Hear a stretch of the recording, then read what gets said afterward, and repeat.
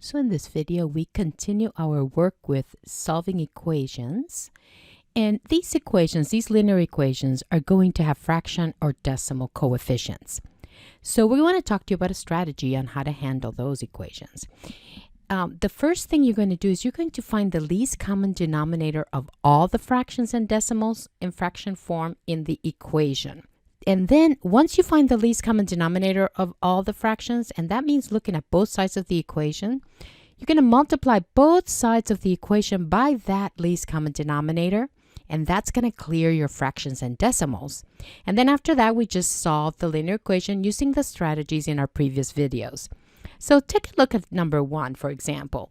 We've got here some decimals. Negative 1.2x minus 1.54 equals negative 1.3. So 1 2/10 x. And so that kind of tells you what the fraction form of 1.2 is, right? 1 2/10. So we can write 1 2/10, which we know is the improper fraction 12/10. Okay? And 1.54, 1 54/100. That's the fraction, that's the decimal 1.54. It's 1 54/100. And so that becomes 154 over 100 in an improper fraction.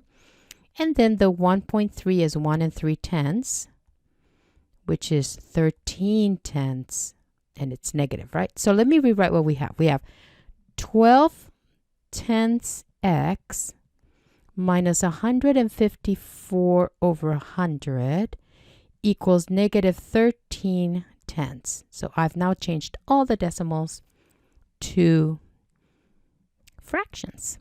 What's the least common denominator? We see two fractions. Two denominators there. We see the 10 and we see the 100. And remembering that this is a least common multiple, so it's the smallest number that both 10 and 100 will divide evenly into, then we know that the LCD has to be 100. So we're going to multiply both sides of this equation by the LCD of 100. And let's use a different color. So we're going to go like this. I put a parenthesis here, and I'm going to put a 100 over 1, and then a parenthesis here, and put a 100 over 1, because that LCD of 100 needs to be multiplied by both sides. See here it says both sides of the equation. Okay. And sometimes students do one side and forget the other side. So you want to be super careful. Also notice that we use the 100 on both sides, even though on the right hand side the only denominator is a 10. You want to use the same LCD for both sides. Okay. And now we're going to distribute here, right? So here I'm going to have 1200 over 10x. And then that's going to reduce. See, 10 goes into 1200, 120x. See how there's no fraction? So that's kind of cool. And then here I'm going to have negative, and then it's 15,400 divided by 100. And that is going to give us negative 154. And then over here on the right-hand side, I've got a negative 1300 over 10, which is negative 130. So again, you notice that we have no fractions and no decimals. So we only have the 1x on the one side, so we need to move over the constants, don't we? We need to add 154 to both sides. Let me put it over here. And so then we get 120x equals, and then 154 minus 130, a negative 130 added to a positive 154 is a positive 24. And then we're going to divide by 120. And then, of course, this reduces by 12 2/10 or 1/5. Now, you got to read the directions in the homework. If they want you to leave the answer in decimal form, then you would say x equals 0.2 because that's 2/10. But if they want the answer in fraction form, then you would use the 1/5. Problem number 2. Once again, we have decimals here. Now this time I'm going to use a different method. If the problem asks you to give the answer in decimal form, then we can just work with the decimals. So I'm going to go ahead and for this example, I'm going to work with the decimals. Okay, and so notice we have variables on both sides of the equation. As you know, that's going to be our first step since the two sides are simple already. We're going to go ahead and just get those two variables together, which means that we're going to subtract 0.4x or 4/10 x from the 1.3 or 1 3/10. And so I'm going to go ahead and subtract here and I get 9/10 x. So I'm just working with the decimals this time around. And then I'm going to go ahead and subtract here the 0.88, 88 hundredths. So we get this decimal here. And then I'm going to go ahead and divide by my coefficient here. And so I get x equals 0.4 or 4/10. I actually kind of have a choice, don't I? If my answer is in decimal form, I stop here. If my answer is in fraction form, then I can always write 4/10 and reduce that to 2/5. And so that's an alternative way that you can handle these questions or these equations in which you have decimals and you're solving for x. In problem number 3, now we have fractions. So we are going to look for the common denominator between 4 and 5. And I think all of you know that that's a 20. So the LCD is 20. We're going to clear by multiplying both sides of the equation by this 20. And it helps to use a different color. So when you're doing your homework, you may want to have another color handy. And you want to check and make sure that you've added that 20 to both sides of the equal sign, that you haven't done it on the side with the fractions on the left and then thought, oh, the right looks so beautiful, -2, I don't need a 20 there. No, you need to make sure, because we're using the multiplication property of equality, that if you need to multiply one side of the equation by 20, then you need to also multiply the other side by 20. Okay, so let's go ahead and just distribute this 20 over here. And so we get 20 over 4x for the first product, and then plus 20 over 5 here, and then here we get a -40. And you know that 20 over 4 is 5, so that's 5x.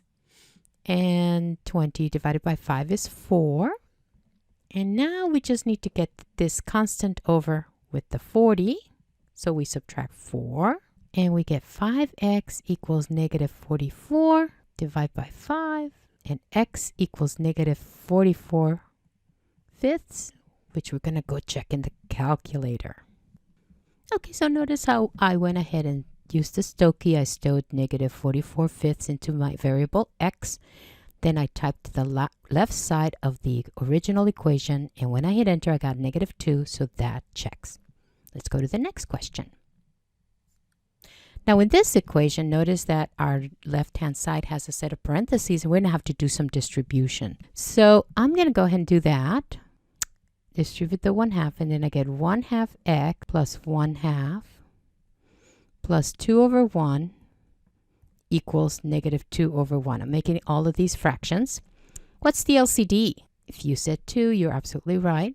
So we're going to multiply that times both sides of the equation. And remember to do that it has to have both. It has to be both sides. And on the left, we're going to distribute 3 times because there's 3 terms in the parentheses. So 2 over 1 times 1/2, that's just x.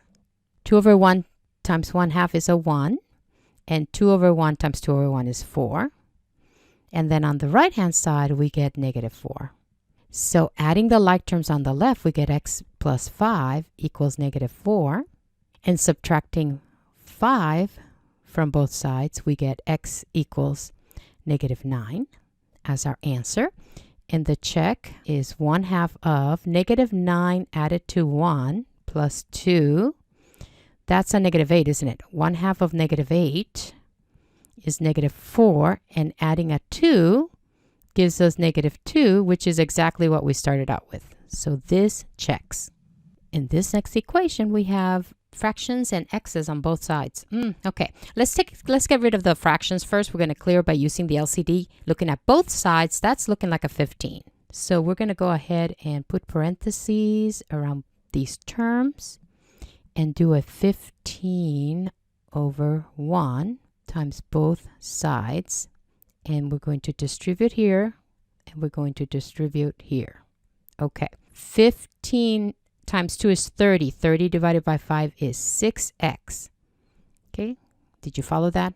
15 times 2 is 30. 30 divided by 5 is 6x. Plus 15 times 1, which is 15, equals.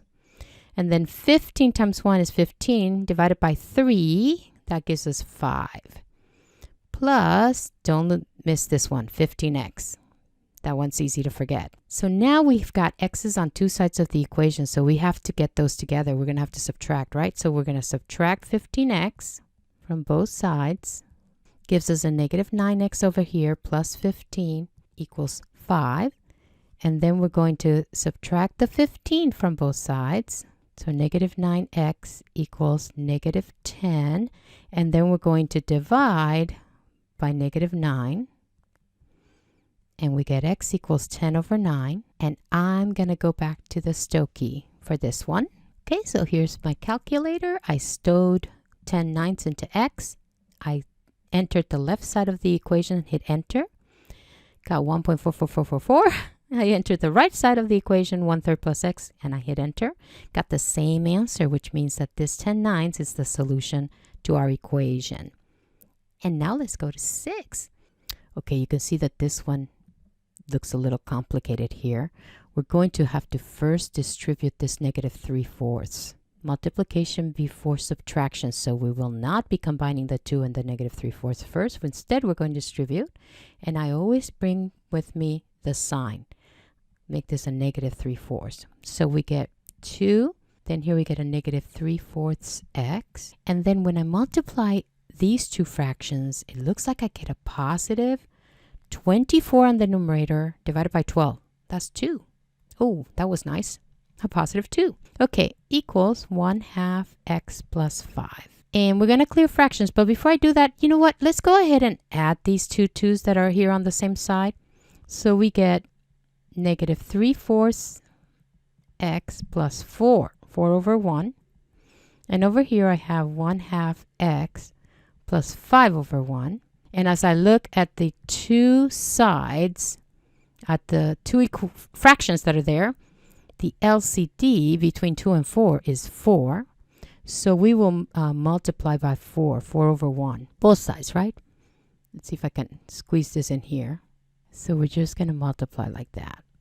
Okay, distribute. So here, when I multiply negative 12/4, that's a negative 3x for the first product. And then here I get 4 times 4 is 16. And then here, when I multiply 4 times a half, I get 2. Half of 4 is 2, so 2x. And then here we get 20. And now we're going to get those x's together, so we'll subtract. Get those x's on the same side of the equal sign. And we're going to get the constants together, so we will subtract.